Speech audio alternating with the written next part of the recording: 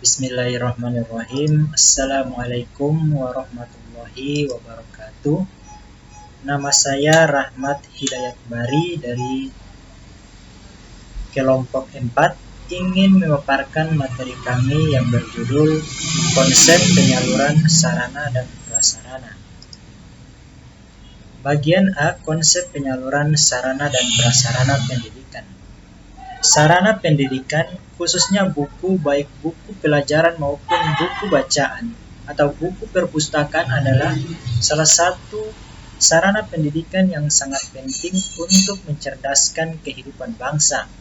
Untuk mencapai tujuan tersebut, pemerintah dari dahulu hingga kini telah banyak mengadakan penerbitan, pembelian, dan sekaligus penyaluran buku-buku, baik buku-buku pelajaran maupun buku perpustakaan, terutama buku-buku untuk sekolah dasar atau madrasah ibtidaiyah, SMP atau madrasah sanawiyah, SMU, SMK, dan MA. Program pengadaan buku tersebut mencakup kegiatan pengadaan naskah, pencetakan, dan penyalurannya sampai ke sekolah-sekolah penggunaan buku tersebut. Penyaluran merupakan kegiatan yang menyangkut pemindahan sarana, prasarana, dan tanggung jawab pengelolaannya dari instansi yang satu kepada instansi yang lain. Dalam batasan ini ada dua pihak yang terlibat, yaitu pertama pihak sumber, yakni dari mana sarana dan prasarana berasal dan disalurkan. Yang kedua, pihak penerima, yaitu kepada siapa pengiriman sarana dan prasarana ditujukan.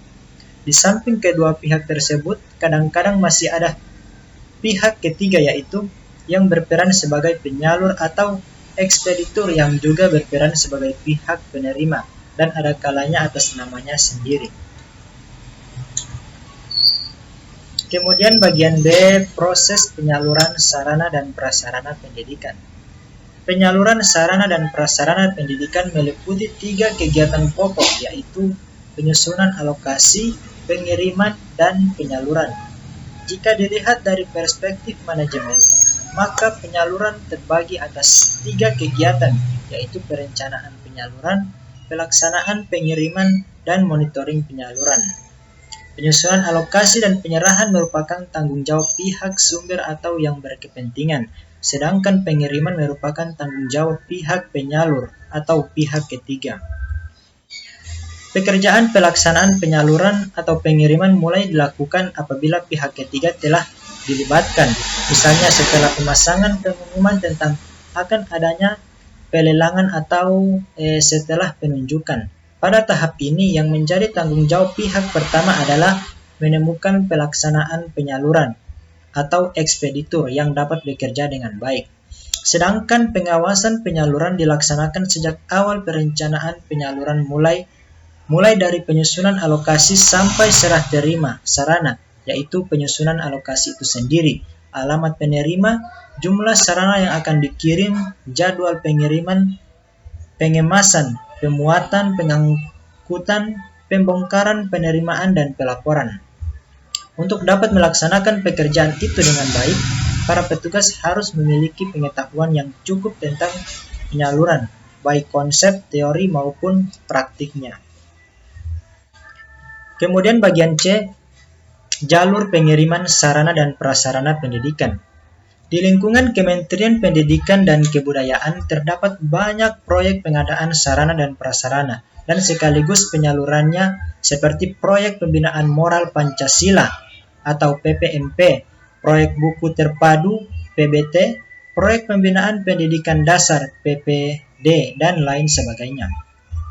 Sasaran penyebaran sarana dan prasarana tersebut adalah semua lembaga pendidikan negeri dan swasta di seluruh pelosok tanah air, baik yang terdapat di kota-kota maupun di wilayah pedesaan terpencil.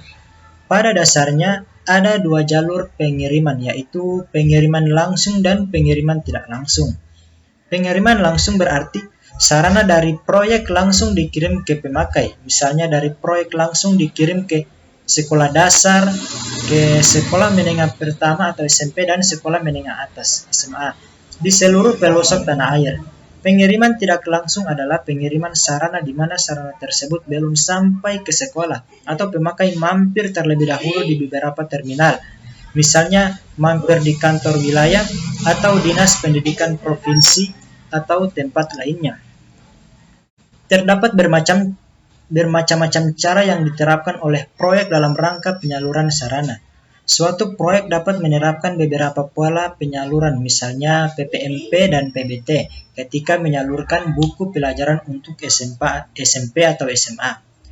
Jalur yang diambil biasanya dengan pengiriman langsung, artinya ekspeditur menyerahkan sarana tersebut secara langsung ke sekolah yang bersangkutan tanpa singgah di terminal lainnya.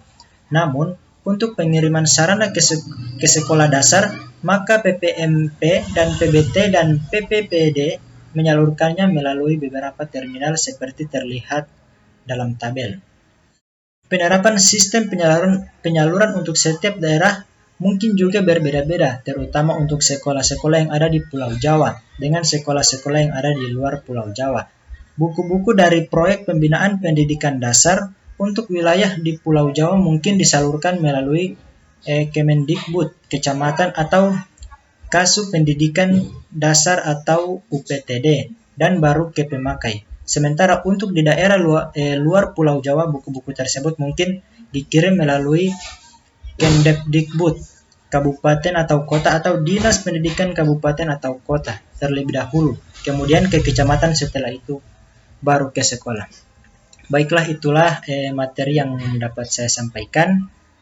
Apabila ada lebih dan kurangnya saya mohon maaf. Wabillahi taufiq wal hidayah. Assalamualaikum warahmatullahi wabarakatuh.